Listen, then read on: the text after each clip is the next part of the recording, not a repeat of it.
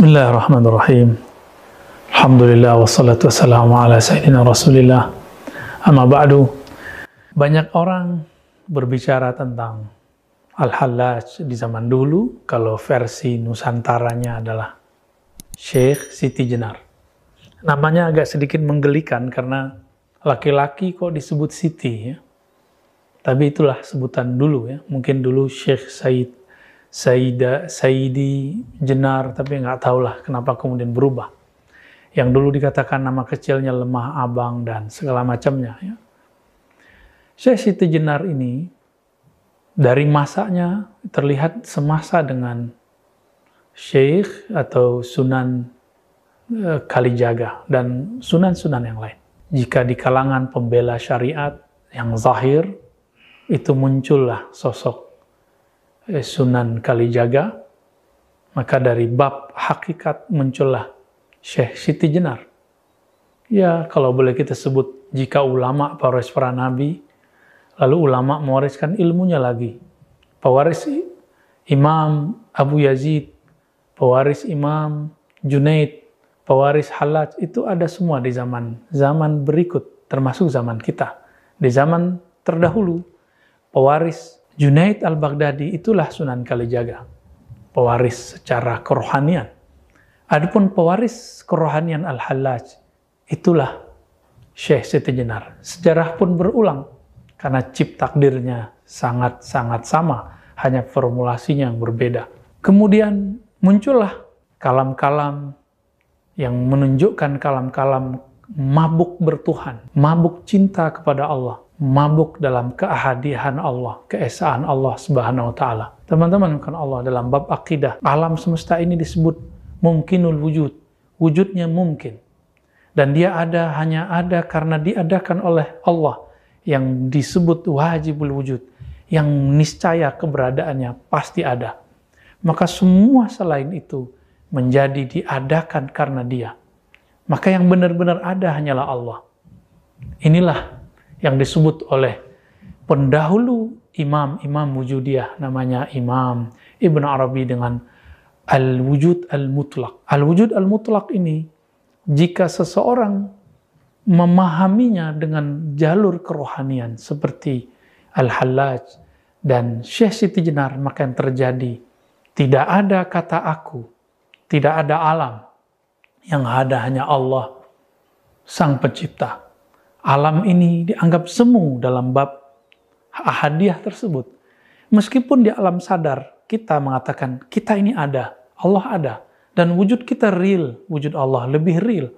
Tapi oleh mereka yang sedang mabuk cinta dalam ahadiyah keesaan Allah, hanya Allah semata. Mirip-mirip seorang yang kasmaran.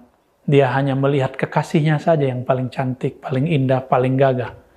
Maka di saat itu, kemanapun dia memandang, yang terbayang adalah wajah kekasihnya. Seperti cerita Laila dan Majnun. Majnun memandang tembok pun yang muncul wajah Laila. Apalagi melihat siapapun. Sahabat yang melakukan Allah, Syekh Siti Jenar, kemudian sebagaimana Al-Hallaj, mengatakan hal yang mirip. Mengatakan, jika Al-Hallaj mengatakan, di dalam jubahku adalah Allah, tiada kecuali Allah, maka Syekh Siti Jenar lebih dahsyat lagi. Di dalam dirinya hanya Allah. Wujudku adalah wujud Allah. Itulah Syekh Siti Jenar. Inilah cerita awal kenapa muncul satu zikir, satu wirid yang disalahgunakan oleh orang kebatinan. Wujud ingsun atau zat ingsun, zat Allah. Sifat ingsun, sifat Allah.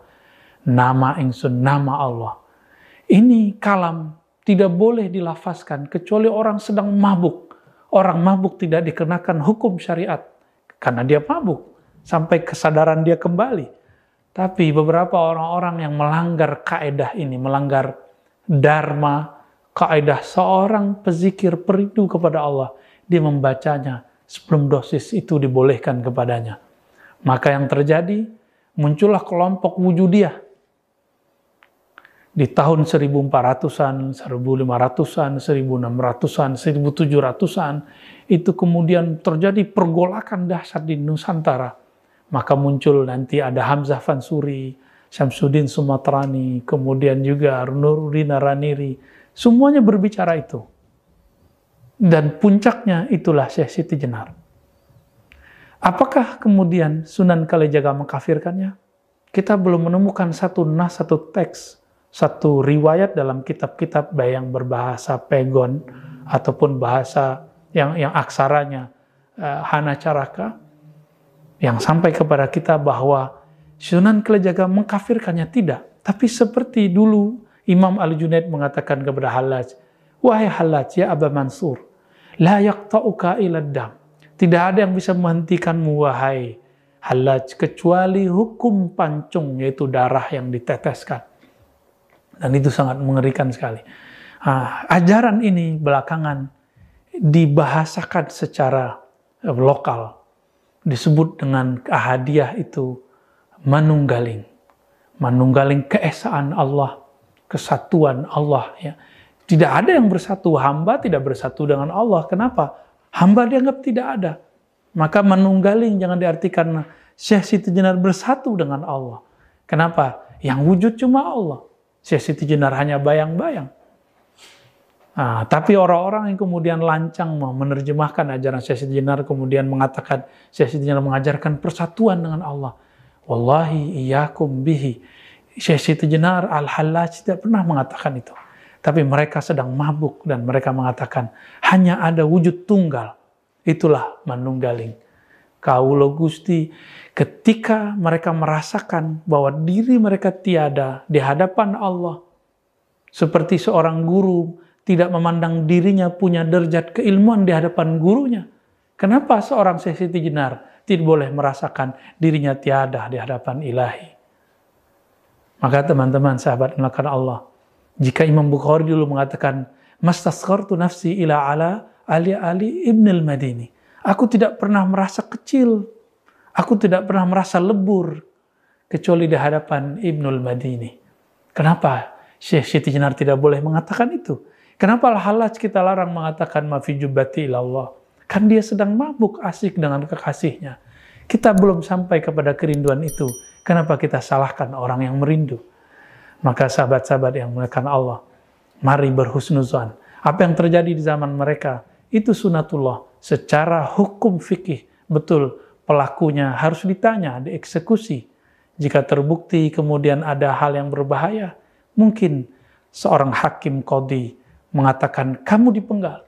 Tapi sekarang ilmu itu sudah dibuka. Apakah kita masih salah faham lagi? Maka benarlah Imam Ghazali. Beliau mengatakan, seandainya saya jadi hakimnya di zaman Hallaj, saya akan selamatkan Al-Hallaj. Saya akan bebaskan Al-Hallaj. Maka kami pun, jika pantas mengatakan itu, akan mengatakan yang sama. Jika di zaman itu, kami menjadi hakimnya, tentu kita akan memaklumi Al-Hallaj, memaklumi Syekh Siti Jenar.